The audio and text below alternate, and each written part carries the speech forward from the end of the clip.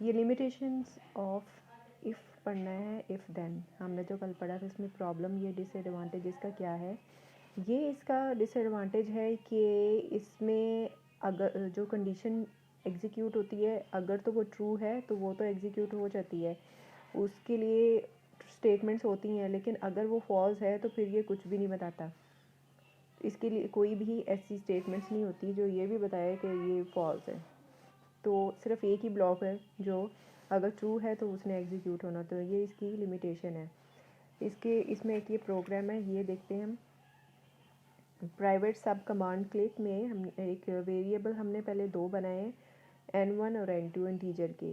फिर input box के through हमने दोनों के लिए वैल्यू ले ली और फिर हमने फार्मूला लगाया है n1 स्टैरिक मतलब मल्टीप्लाई किया है n1 is equal to n2।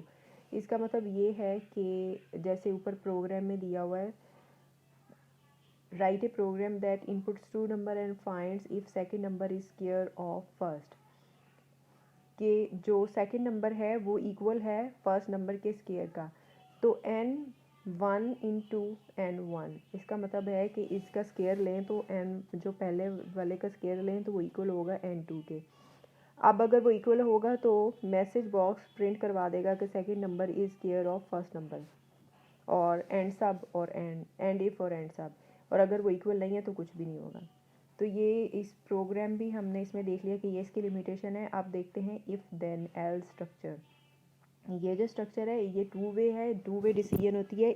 ये है तो इफ़ देन की तरह का, लेकिन इसमें ये एक चीज़ ऐड है कि जो लिमिटेशन इफ़ देन में है वो इसमें एडवांटेज है कि अगर कोई कंडीशन जो है ट्रू है तो फिर भी एक ब्लॉक एग्जीक्यूट होगा, स्टेटमेंट्स एग्जीक्यूट होगी। अगर फॉल्स है तो उसके लिए अलग से होती हैं स्टेटमेंट्स, वो एग्जीक्यूट होंगे। तो टू वे है और दोनों में से एक स्टेटमेंट एग्जीक्यूट होगी, दोनों नहीं हो सकती सेम टाइम में, एक स्किप होगी और एक जो एग्जीक्यूट होगी।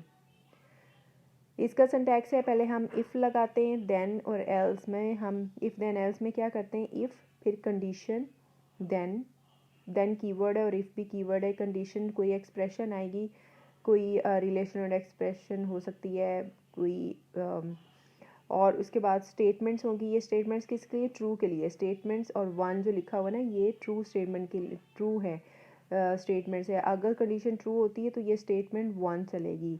एल्स भी कीवर्ड है, एल्स का मतलब है कि अगर पहले वाला पार्ट नहीं चला तो फिर ये दूसरा पार्ट चलेगा। स्टेटमेंट टू फॉल्स के लिए है, अगर कंडीशन फॉल्स होगी तो पहली नहीं चलेगी, स्टेटमेंट टू चलेगी, ये स्टेटमेंट टू फॉल्स के लिए। फिर एंड इफ़ कर दिया। अब आगे इफ़ जो है वो क्या है, कीवर्ड है, ये बताता है कि यहाँ से इफ़ कंडीशन स्टार्ट हो रही है और कंडीशन जो कोई भी रिलेशनल एक्सप्रेशन होगी और उसका जो आंसर होगा वो ट्रू या फॉल्स में आएगा। फिर स्टेटमेंट वन तब एग्जीक्यूट होती है जब कंडीशन ट्रू है और स्टेटमेंट टू तब एग्जीक्यूट होती है जब कंडीशन जो है वो फॉल्स है। और एंड इफ़, इसका मतलब है कि जो इफ़ स्ट्रक्चर है यहाँ पे ख़त्म हो गया। देन इसका फ़्लो चार्ट है, फ़्लो चार्ट देखें। कंडीशन है, कंडीशन के बाद दो स्टेटमेंट है, ट्रू है तो उसके लिए अलग है, और अगर फॉल्स हो गया तो नीचे वाली वी स्टेटमेंट चलेंगी और प्रोग्राम जो है वो ख़त्म हो जाएगा। मतलब इफ़ कंडीशन यहाँ पे ख़त्म हो रही है। फिर नेक्स्ट 5.4 एक प्रोग्राम है, वो हमने करना है। इसमें write a program that input marks and display congratulations you have passed. अगर 40 से ये पहले भी हमने किया है, लेकिन उसमें सिर्फ पास होने का वो बता रहा था, फेल हो रहे तो फिर नहीं मैसेज आ रहा था। तो अब इसमें देखें कि अगर 40 से ये हमने वेरिएबल बनाया डिम मार्क्स एज इंटीजर और marks is equal to input box से हमने एंटर मार्क्स लिखा और वो मार्क्स आ जाएंगे। अब इफ़ कंडीशन लगानी है, if marks is greater than 40 then message box print करेगा कॉन्ग्रेचुलेशन यू पास्ड। एल्स अगर वो 40 से कम हुए तो एल्स के बाद वाली स्टेटमेंट चलेगी सॉरी यू फेल्ड, तो मैसेज बॉक्स आएगा। एंड इफ और एंड सब, अब इसको देखें एग्जीक्यूट करके देखा है, तो जब एग्जीक्यूट करके देखा है तो ये देखें ये एक आ गया नीचे बॉक्स आ गया। इसमें एंटर मार्क्स जो हमने ऊपर इनपुट बॉक्स में लिखा था वो इधर आ गया ऊपर, और इसको हमने जब इसमें 50 एंटर किया और ओके पे क्लिक किया तो हमारे पास मैसेज बॉक्स आ गया, उसके ऊपर लिखा हुआ है कांग्रेचुलेट यू पास्ड। और अगर हम 50 नहीं 13 या 20 40 से कम वैल्यू यहाँ पे एंटर करेंगे तो यहाँ पे आ जाएगा यू फेल्ड। और वर्किंग भी इसकी बताई हुई है, यही चीज़ एक्सप्लेन की हुई है।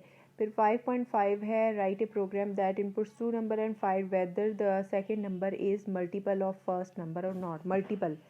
अब मल्टीपल में देखिए, पहले तो 2 नंबर हम लेंगे टीम n1 इंटीजर और n2, फिर एक इंटीजर बना लिया, उनको हमने इनपुट बॉक्स से हमने वैल्यू इनपुट करवा ली, और उसके बाद फिर क्या किया है, इफ़ कंडीशन लगाई है। इफ़